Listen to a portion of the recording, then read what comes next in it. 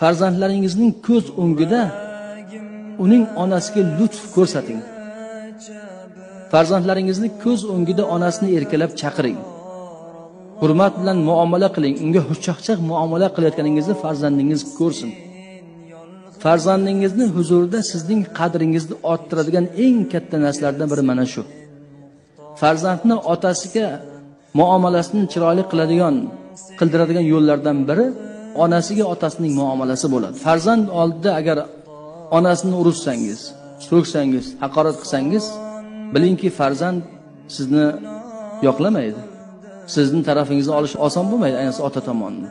Ko'proq onaga bog'langan bo'ladi.